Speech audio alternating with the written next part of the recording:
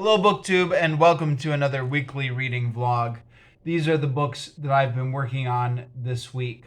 So I'm going to try and move through these quickly for a couple of reasons. One is the usual reason I give every week, which is it's late at night here. I've just gotten the kids to bed. I'm tired. It's been a long day. It's been a long week, and I just don't have the energy to talk at length.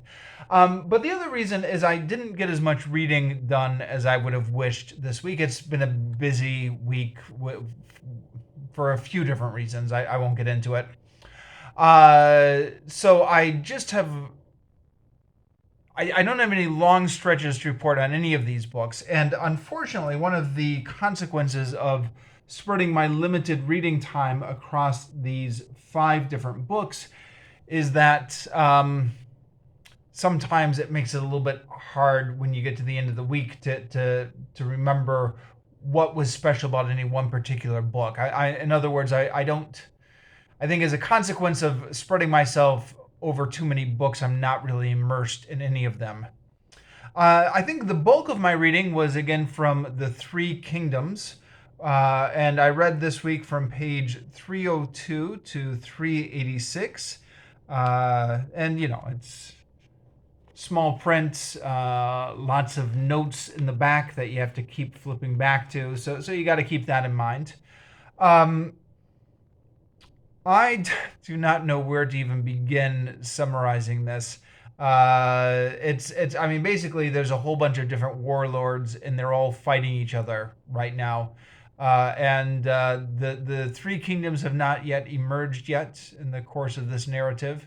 It's interesting. But there's also a lot going on. From the book of Numbers, from the Bible, I read from page 146 to page 166, so 20 pages.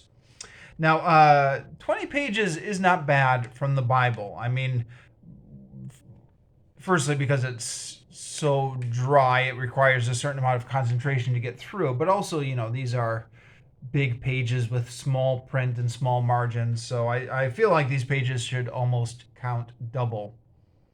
And that was from Numbers 4 to Numbers 19. So there is a lot of stuff mixed in here, and I'm not entirely sure what the structure behind this editing is. I don't know, maybe once I finish this, I'll see if I can consult the internet and see if Wikipedia can help me with the structure of this book, because there's 3 different things that are going on. There's the narrative, there's the census, and then there's more laws being given. And it seems to just be kind of like at random. Like, okay, here we have some more of the census, then we have some more laws, then we have a bit of narrative. The census is the most boring part of this, to the part where I have trouble staying awake sometimes reading through it. I mean, it doesn't help that I've been short on sleep all week. But, there's just lists of different tribes and what they've offered and stuff like that. The laws are continuation from the laws of Leviticus, it seems to me. The narrative is odd, and I've read this before a few different times. Studied this in school when I went to a private Christian school. Read through it on my own in 7th grade as my nightly devotions. But it's interesting coming back to it and realizing just how much of this is like a horror movie. So somebody screws up, God gets angry, and somebody gets killed or smited. And you read through that, and you see, okay, the Israelites are screwing up, and you're like, oh no, you guys are gonna get it now, and like you could like play like this ominous music, and part of you is thinking, okay, maybe they won't get smited. Maybe God will be in a forgiving mood this time. And then, oh, they all got smited. And it's just like section after section where a person or a group of people or the whole tribe of Israel is getting God angry, and then there is divine wrath being meted out, and you could totally make the narrative section of this the book of Numbers into like some sort of horror movie with the right background music to it.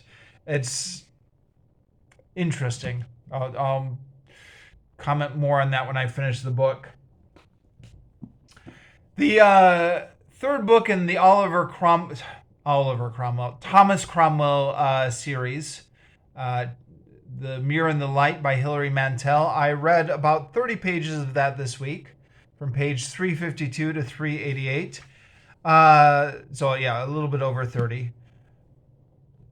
I know I've been coming back with the same commentary on this every week, but I felt the same thing this week that I've felt in a lot of previous weeks. I am feeling a little bit over this series at this point. I'm just frustrated that I spend a lot of time reading, and I get to the end of each week, and I'm like, okay, barely anything happened. The plot's not moving forward. We're spending a lot of time in flashbacks, talking about all the different things that Thomas Cromwell thinks. I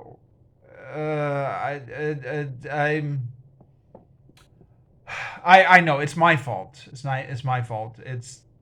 I'm not patient enough or literary enough for a book like this. So, um, so